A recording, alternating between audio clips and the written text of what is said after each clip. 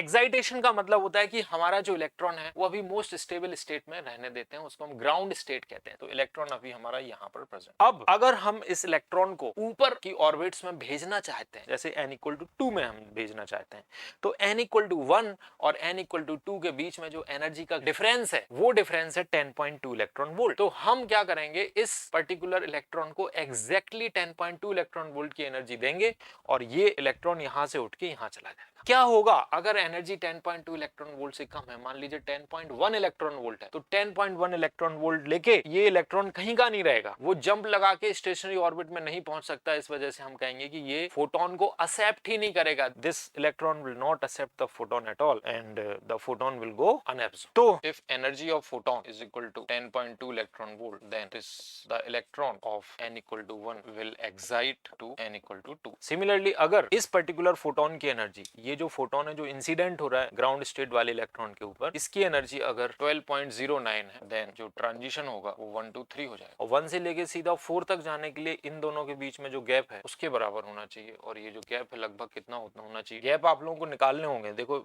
याद तो हमने कुछ ही किए हैं, तो 13.6 minus 0.85, what is the value of 13.6 minus 0.85? ये वैल्यू आएगी 12.75 इलेक्ट्रॉन वोल्ट।